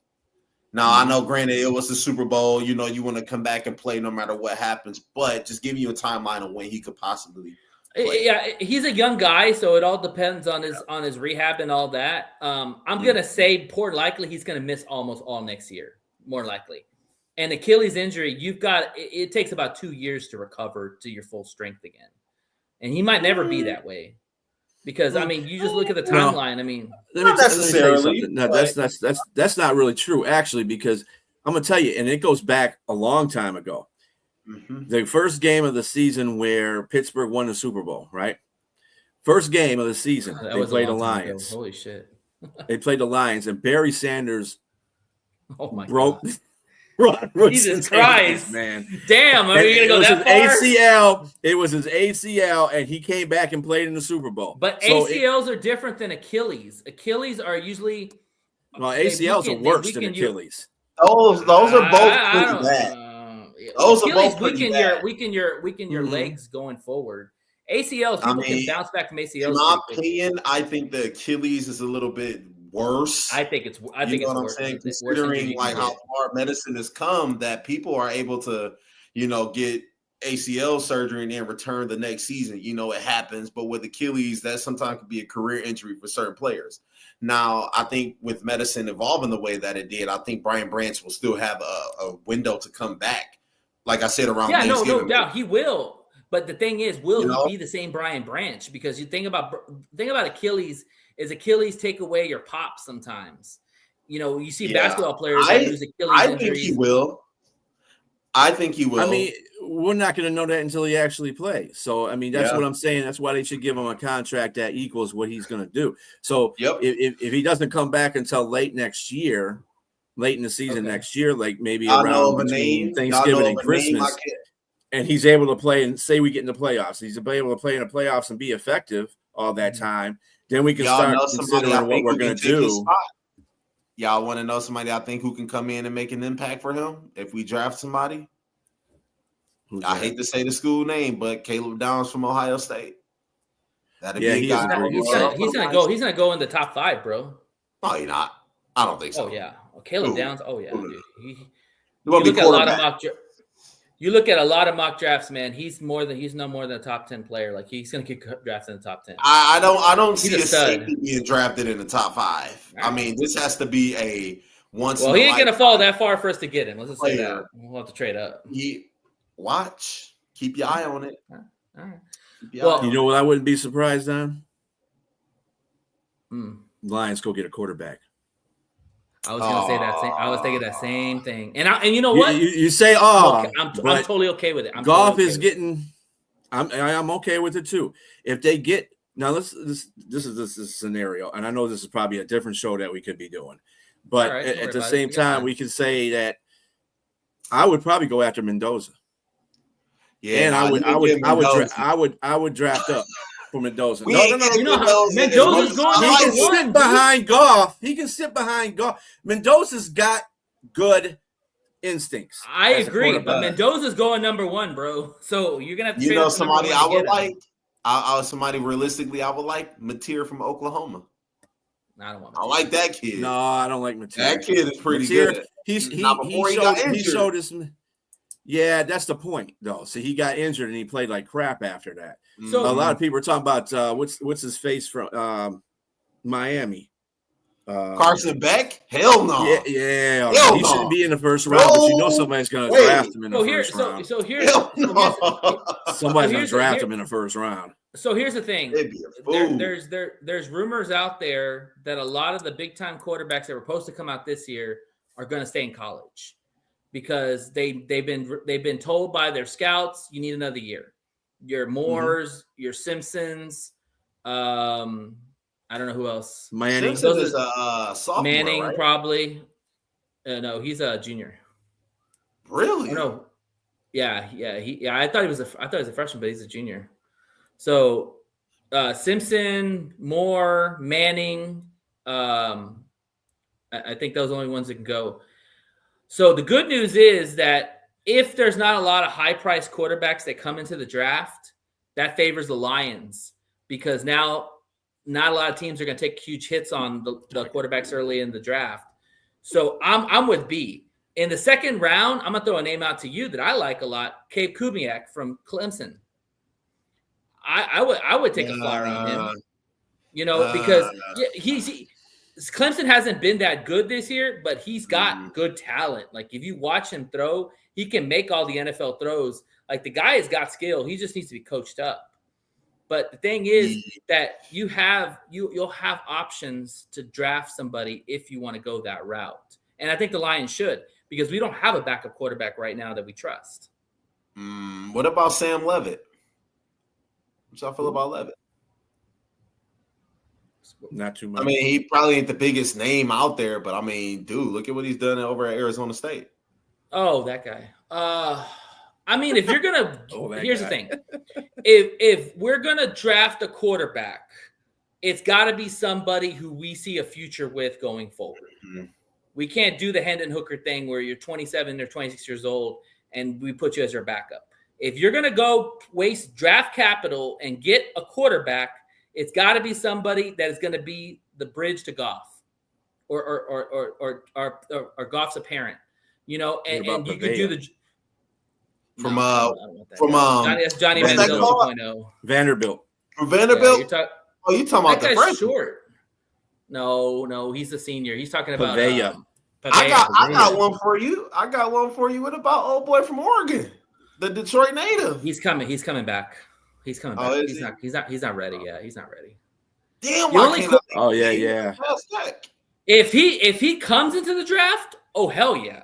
I would trade. I'm with B. I would trade middle of the round to get up to go get more because, like you said, he's a talented quarterback. He's got skill, and he's from Detroit. What else do you want? The guy is made for Detroit. He's from Detroit. Gunnar Stockton from Georgia. No, hell no. Nah, I don't like him. I ain't mad at you. He's a benefit. He's a benefit of his offense, I think. To tell you the truth. Let's circle back. Let's circle back to the game, but I like that idea, B, because I've been thinking that myself. That at some point we do need to get no. Here's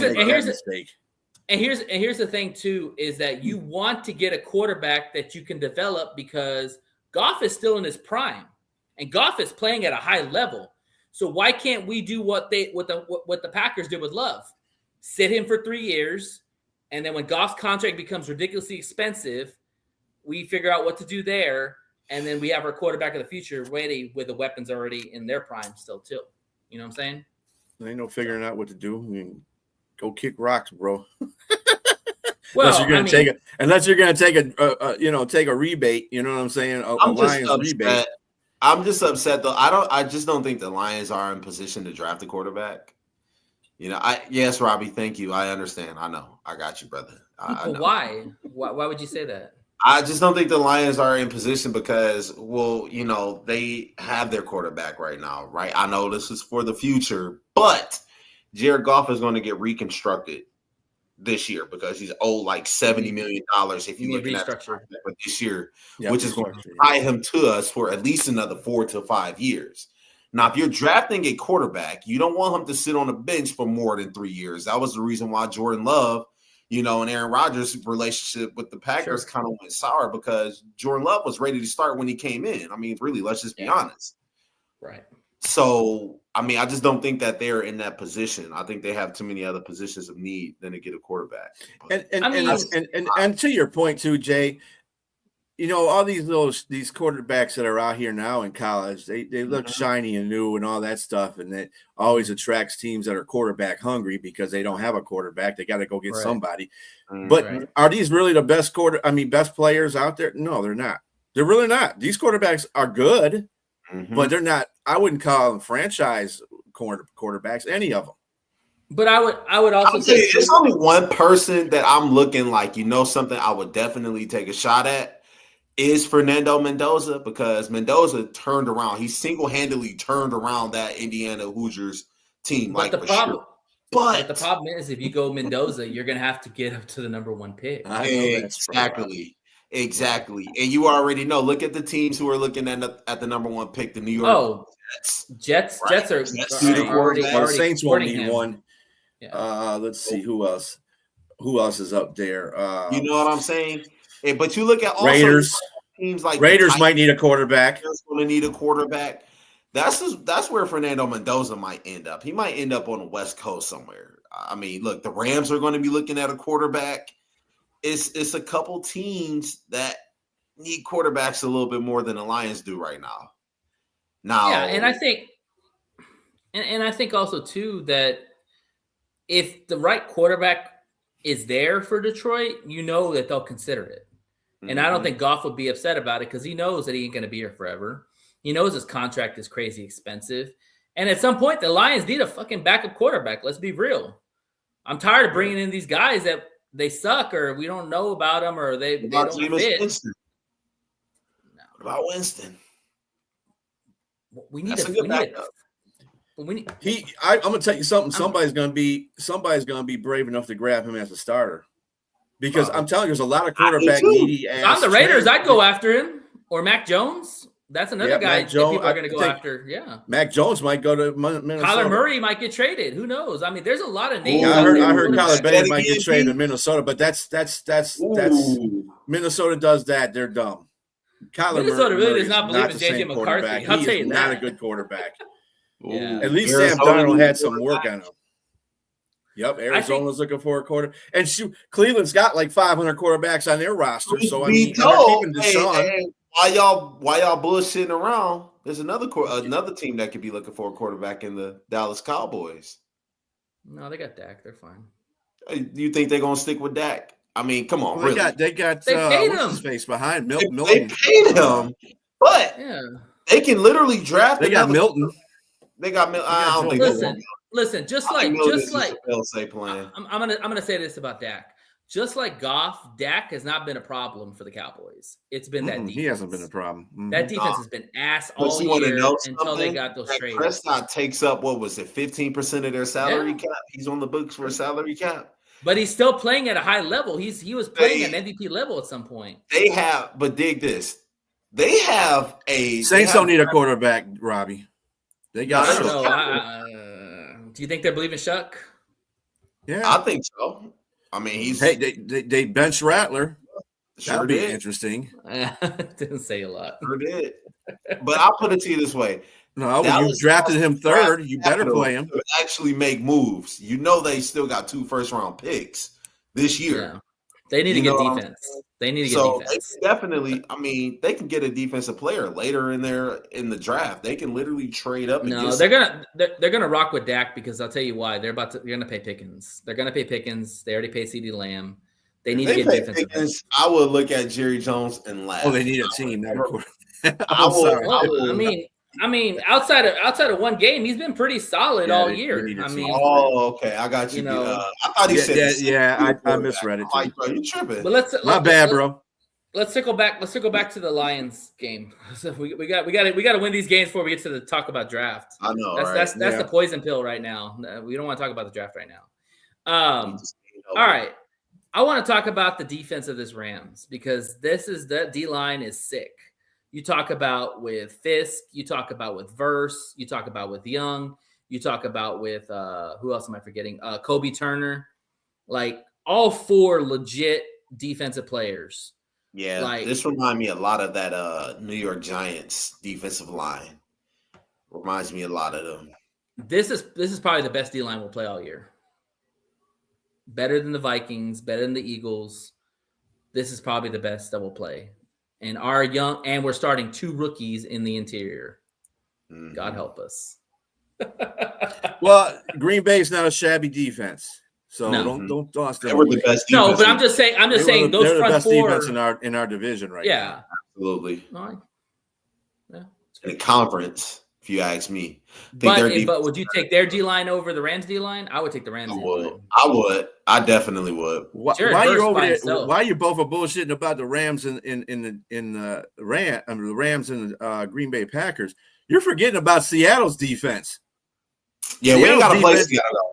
We ain't got to play Seattle though. I'm still taking the Rams D line. I'm still taking the Rams D line over all those teams. And you want to know something? Mike McDonald Seattle gets a lot of turnovers too. Boys. I agree. No, Seattle's defense. Mike McDonald has been coaching them boys like crazy. Like, I get my hats off to McDonald. Okay, seriously. So we talked about attacking Stafford, putting pressure on him. How do we attack the Rams defense? Run the football. Okay. Run that football. What he said. Run that football. Hey, B, bring up those stats again. You said the Rams were what, 12th in rush defense? 11th in rush defense, and the Lions are 5th in rush offense. So you can take advantage of that defense of line. Okay. Well, how do you do it on the passing game? How do you attack them in the secondary? Short passes. Oh, it depends. That's a very big weakness of the Rams right there. This is what I'm saying. You're talking about the Rams defense like there. This is what the Panthers did to them. They attacked your secondary. Mostly every team that can attack their secondary because they got good. See, Carolina's got two good young wide receivers, and they got a capable quarterback. That's all you have to do. Run the ball a little bit just to knock them off kilter, go to play action pass or whatever whatever offense that Carolina was running. They were throwing balls deep on them damn corners. So I can't. The secondary is the weakest part of that defense. Weak. Yeah. I think they can just mask it up because their defensive line is so damn good. They can get to the quarterback. Exactly. They can mask that up really good. So, I mean, Lions are able to block. I mean, in scouting report, how would the Lions go about scouting that defensive line? The interior is going to have to be on their A game because their passing defense, the Rams' passing defense is 16th. Ooh. Yeah. So they're middle of the pack. One thing about this Rams defense is they are very fast. They're very athletic, but they're still raw in some areas, versus the true guy on the inside. Young is good. Kobe Turner, we've seen Kobe Turner in the past in the playoff games. He can wreck shit up the middle completely. Their linebackers are okay. I think Landman's their best linebacker they have, and he sounds like just a guy. So I definitely think the Lions can exploit the middle of the field with Amon-Ra. Robbie, we are. And another thing too is using Gibbs. They're using Gibbs more in the flats. They're using more as a check down. And here's the thing about Gibby. Outside of other running backs, a check down's a check down. With Gibby, a check down could be a 50-yard play, because he's got that kind of speed and he's got that kind of wiggle and breakability in his arsenal. So, but I've noticed that Dan's doing more of those check downs to Gibby in the flat, and you put Landman on Gibby, I'll take Gibby all day. Something I'll definitely say, I think I got to change my stance. Coming to think about it, I do think that the Lions are going to have to pass the ball because Mac Jones threw for over 300 yards on him and had 2 touchdowns. Bryce Young had a nice game against that team. So I do. He had 300 yards. He had 300 plus yards. So I had to walk that back a little bit. Yeah, they're going to have to pass. Their cornerback situation is actually worse than ours. The only thing that they have better than us is a better defensive line. Other than that, they in total, because all their defensive linemen are in trouble. Yeah, their D line trumps ours. And that's the reason why they've been doing so well on the defensive end is because if you have a very good defensive line, you really don't have to worry about hanging your cornerbacks out there dry. Now, if you got an offensive line that's solid, that's going to block, viciously for the whole rest of for the game, then they're going to have problems because then that means the quarterback's going to sit back there and throw on the DBs all day. So that's what we hope the Lions can do against the Rams is hold that line up. And another thing too is you guys talk about wanting to pass the football, which sounds great and perfect. Sonic, you better protect the quarterback. That's got to be the number one plan is try to keep Goff clean. Because even with the Cowboys, the way their D-line was set up, they have a pretty good interior D-line. And, their ends are okay. But the thing is that Goff was able to get some good protection and able to make his reads. And when he's in the pocket and nobody's touching him, it's a beautiful thing. Because he's able to pat the ball, he's able to make a cake and eat it. Because he's able to look at all the field down there and all the progressions and stuff like that. Shadow. Yeah, he could be Shadow. That's a good one. I like that. I don't know what that means. That's a Sonic and Hedgehog. Oh, he's talking. Oh, okay. I thought he said a shadow. I was like, shadow, what? No. But yeah, so you know what I'm saying? Protection of Goff has got to be on point. These rookies have got to grow up quick against this D-line. Because this literally is a playoff game in the sense because we probably will play them in the playoffs if we get in. But also, too, guys, we got to win every game. We can't lose, period. I think they got one more game that they could possibly lose, and that'd be against the Steelers. They got to beat their NFC. We're not losing this. We're not beating the Steelers. Oh, hell no, we're not losing the Steelers. I don't think they'll lose. What I'm saying is I think they could afford to lose a game like that. I think every NFC game is a little bit important. We're sweeping the AFC North. We gotta win. We gotta have the mind. Also. We got to have the mindset that we got to win out. It's as simple as that. If we don't win out, we're not making the playoffs. It's just that simple because the Bears are ahead of us, the Packers are ahead of us, and the Packers have the tiebreaker on us. The Niners aren't going to lose a bunch of games. Their schedule's cake. The Bears have the hardest schedule. Green Bay's got a pretty hard schedule too. And that's why that's why we have a better chance at the. This is why I was telling people about. I was hoping Green Bay would beat them in both the games because we want Chicago to be falling out of that spot, and then we play in the last game of the season, which will probably be one of the hardest games we have to play during this 4-game stretch. Besides the Rams, I don't see Minnesota being a problem, and I don't see Pittsburgh being a problem. Now, when I say being a problem, I don't mean to be disrespectful to those two teams. We're not losing to them. We can win by a field goal. I'll be happy. I don't care. We're winning those games somehow, some way. We're going to win those games. It's just the Chicago and the Rams game are the ones we have to be focused on, really focused on. The Chicago probably will be the play-in game to play in to get in the playoffs. Yep, Steelers are coming to 8 Mile. You got it. Yeah.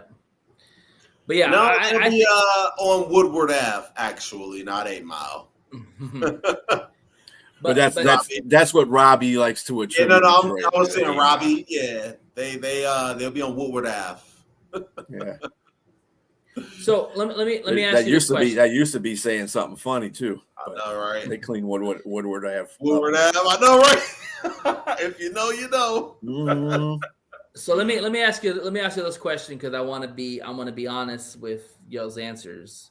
If the Lions don't win this game, what do you think? What's up, Big Drew?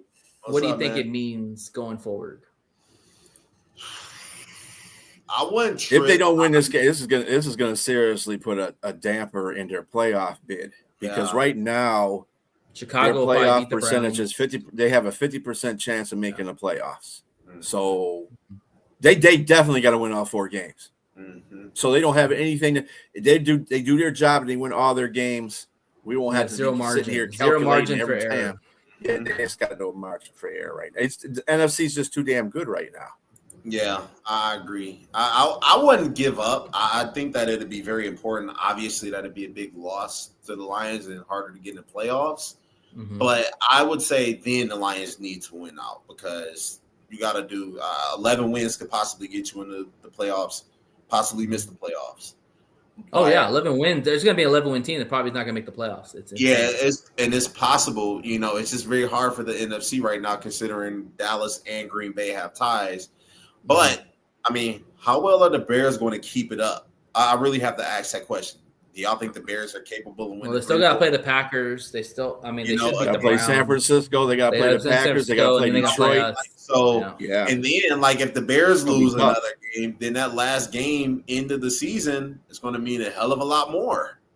Which doesn't surprise the Lions. They always play these play-in games all the time at the end, last game of the season. So, and I like the Lions. I like the Lions a little better with their backs against the wall than the Bears because we know what the Lions are capable of. We don't really know what the Bears are capable of with their backs against the wall.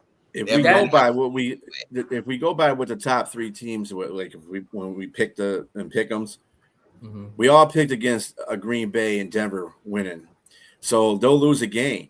But we also picked Chicago beating Cleveland, so Chicago will again take the number 1 spot. Yeah. Then they'll have to go to Green Bay. Then Green Bay is coming to Chicago, so then there you go. Wait, hold on. So if the Bears win, they get the number 1 spot again in the Lions. Back again. They swapped it. Because Packers in that stupid tie. I see. Ties bullshit. I gotta get rid of that shit. Yeah, there should be no ties in football. The way I look at it is, and I think Dan Campbell alluded to this, you put yourself in this hole. You had no business losing to the fucking Vikings, okay, period. You had no business losing to the Packers at your house. You lost 2 games, divisional games at your house. You flip that and you win both those games, we're talking a whole different ball game. Oh, yeah. Whole different ball game. Mm-hmm. That right there flipped itself on its head. The Green Bay I could have lived with. I just did not live with the Vikings game. As much as it sounds crazy, I wouldn't care if the Packers swept us. It was losing against the Vikings is really what exactly. Well, that's probably our worst loss of the year, 100%. Yes, but the Packers game we were embarrassed that game one. I really was expecting to come out and kick their ass on Thanksgiving because that was an embarrassment on the first game we played. And I know that was not us game one. There was a lot of nuances, a lot of new things that we were dealing with that game, and we were just not ready for that game. This game, of course, injuries derailed us in some aspects, but you got to win those games. You've got to, especially at home. You know, if you lose on the road, that's fine. Road games are 50-50 a lot of times, especially divisional rivals. But you cannot lose 2 games at home to your division. You just can't do that. And we're 1-4 in the division. What the hell happened? Remember last year where we were like, what, 6-1 or 5-1 or something like that? The year before we swept the North. No, we swept the North. Never mind. We swept the North, and the year before, yeah. We're 1-3 because we lost to Green Bay twice and lost to Minnesota once. Yeah. So like Dan Campbell said, we put ourselves in this hole. So the good news is that we control our own destiny. If we win out, the Bears are out, and we're in the playoffs. Yeah, because we'll take second spot. Especially if that's why we want Green Bay.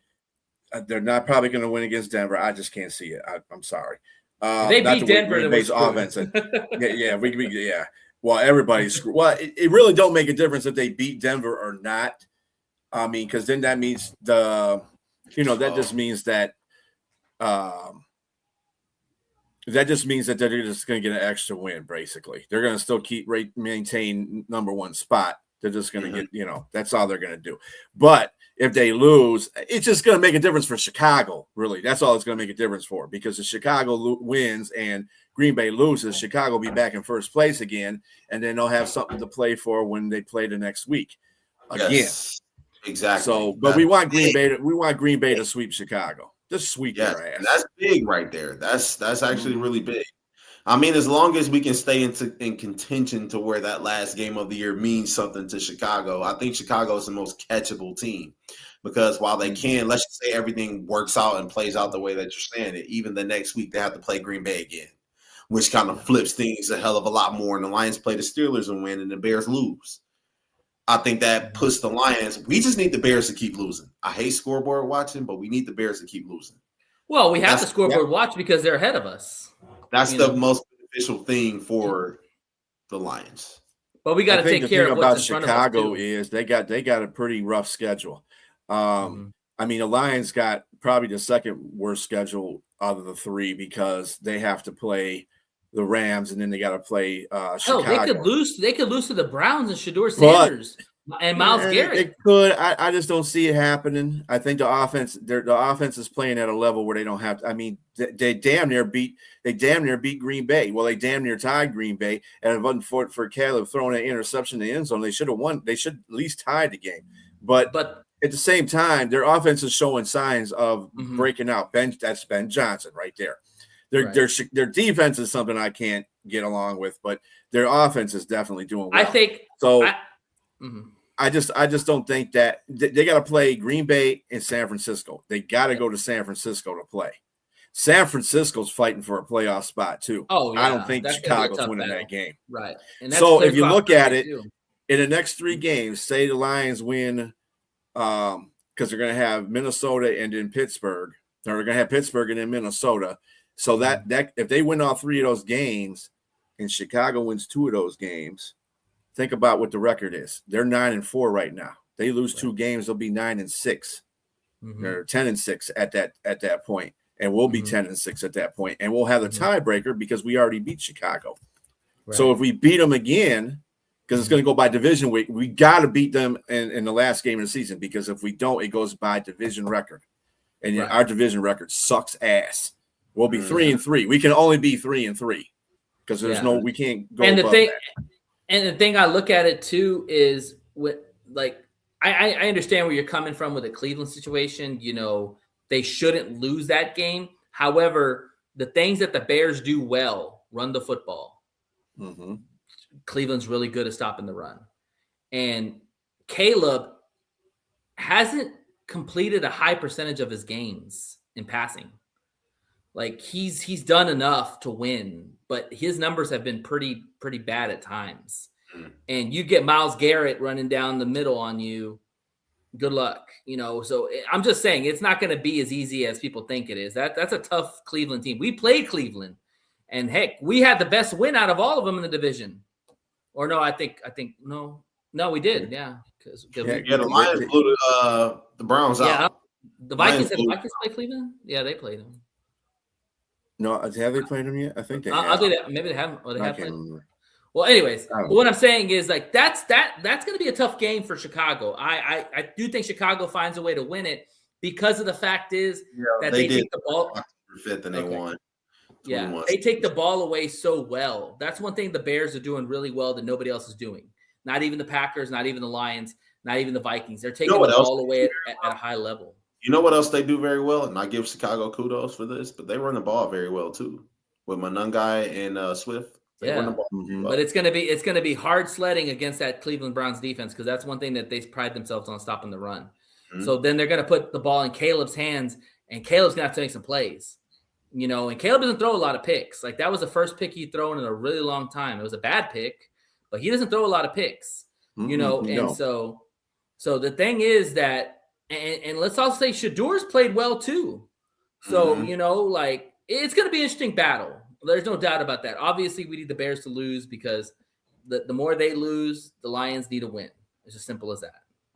Well, yeah. If the Bears lose that game, that's just going to be sugar on top because then they got to play. Then they got to play the Packers. Yeah. Now the Packers. The only thing about that whole situation is the Packers might not play as hard, considering the fact that they already beat them and they already know they got a loss and they're going to be like 2 games ahead of Chicago by that time.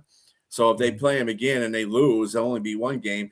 But they, Green Bay's got, like I said, they got the easier schedule out of every one of these 3 teams that we have here. And Chicago's just going to have to go play San Francisco right after they play Green Bay. So, I mean, and then they got to play the Lions. So they're going to be ass out either way. I really am. I'm starting to think that Chicago-Detroit game is going to be for all the chips. And this is going to be for who gets in the playoffs. That's true. That is true. Put 31 on defense. Fair. They did put them on. That's fair. That's fair. Yeah. No, That's a good point, Robbie. Someday I'll say that. Let me ask you this question. So let's say the Lions do get in. Will more likely be the 7th seed, is what it's looking like, probably. Who would you rather face? The Rams or the Packers? We're gonna have to go on the road. Packers. No, I'd probably rather go play the Rams again. Yeah, I don't want to put Micah in no damn spotlight. Nope, not want to do it.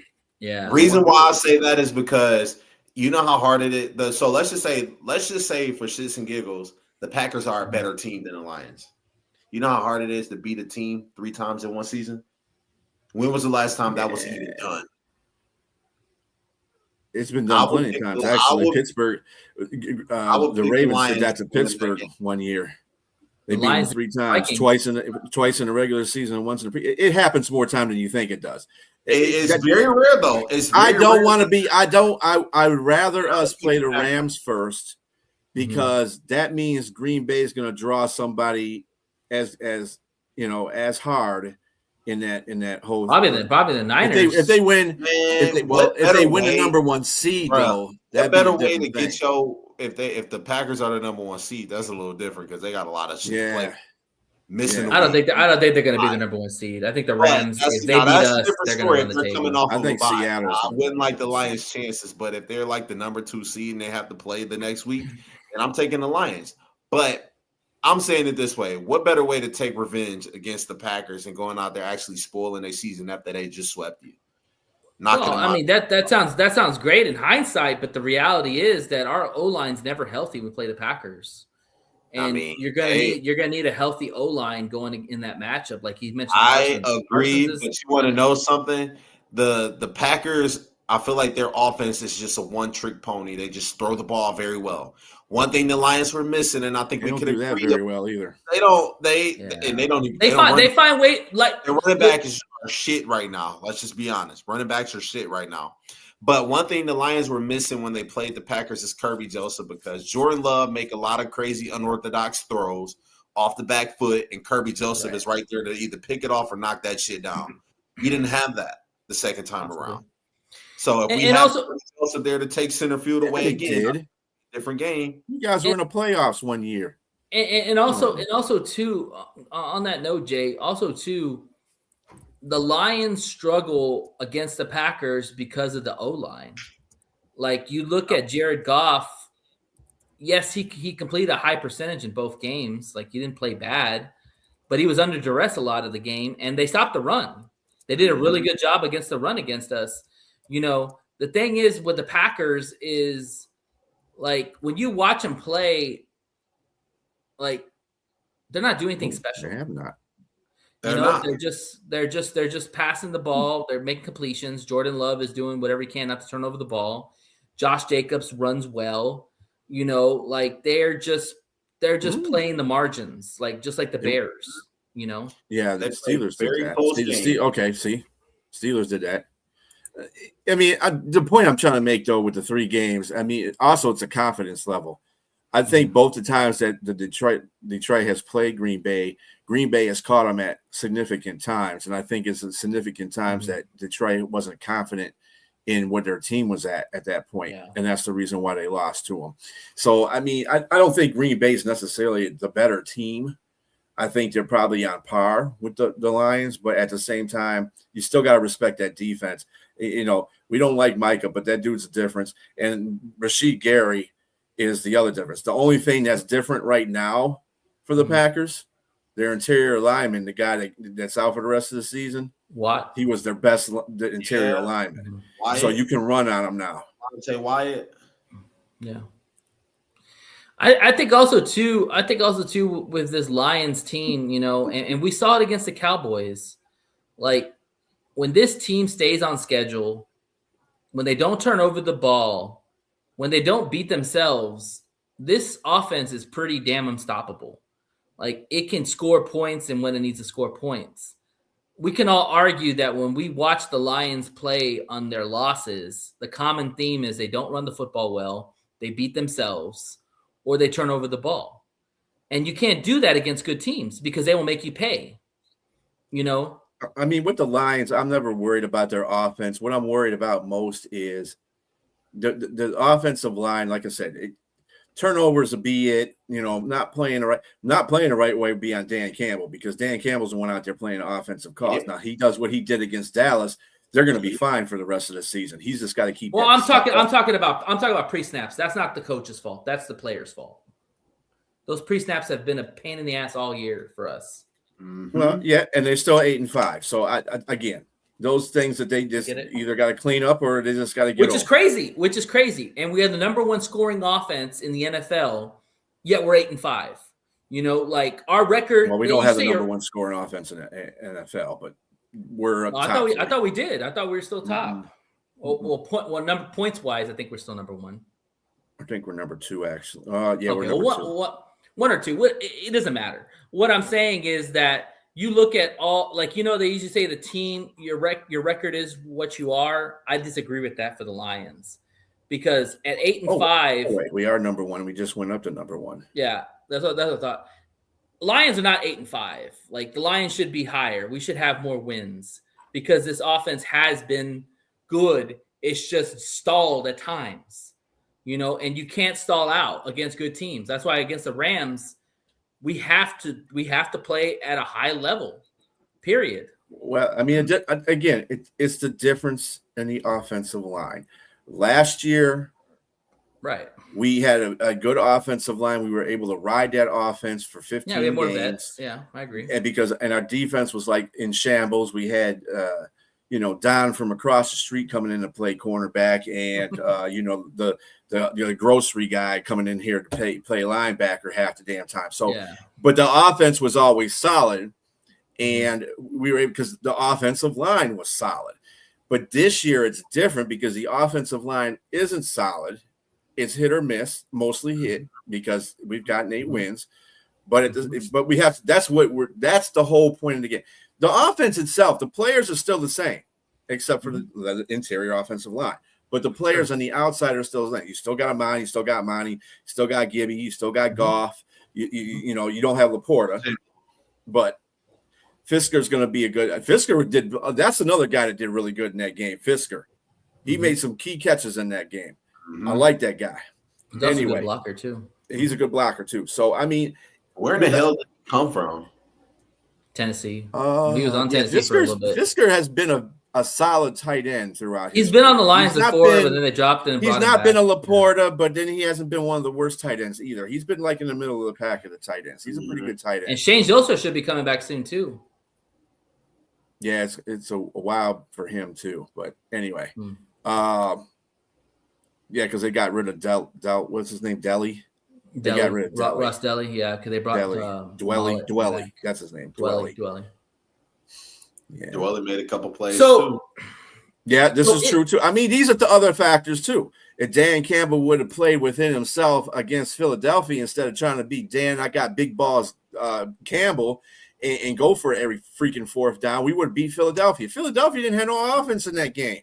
None. I agree. Yeah, but Goff couldn't get time to throw the ball, man. You talk about that was probably one of the O-line's worst games of the year outside of the Vikings. No, I still don't say that's true because it was Dan Campbell calling bad plays. They could have kicked field goals, and each of the times they were near the red zone, they could have kicked field goals. Peterson was making Elliott was making field goals. Why the hell can't fucking Bates make field goals? That's the thing. You get that close, you should be making field goals. They could have scored 9 points just on field goals. They were on those fourth downs. But 9 points would have won the game. Yeah. Mm-hmm. I'm not gonna get upset if Dan wants to go for it inside the 20. That's fine by me. I mean, I'm gonna get upset if I'll get upset if he goes for it on the 40, 50-yard line. It'd be one thing. It'd be like one thing if he's playing like Washington. I think he went for it a couple times against. Are the Lions playing with house money this game? Really? I think the Rams are. You think the Rams are playing house money? I think Dan Campbell is going to be a little bit more methodical. I don't think you're going to see Dan Campbell this game.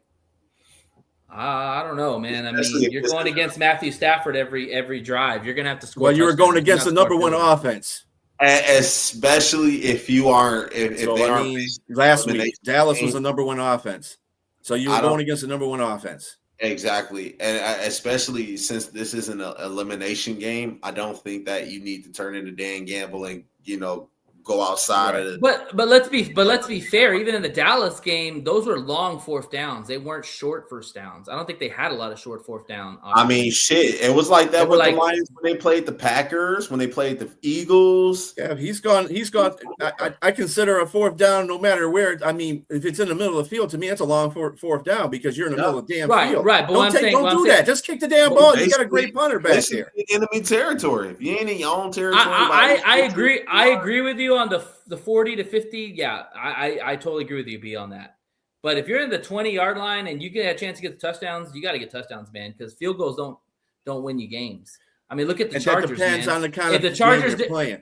I understand that if you're in that kind of a game, but against Philadelphia, they were not in that kind of a game. They didn't need to get touchdowns. All they had to do was hit all their field goals. They would have won that game because that offensive line wasn't. This is what I'm saying. You have to feel the movement of the game. You can't sit there and say, "Well, I'm gonna go for it all the time," because you assume that they're gonna get. No, they're not moving the ball. Your defense is killing them.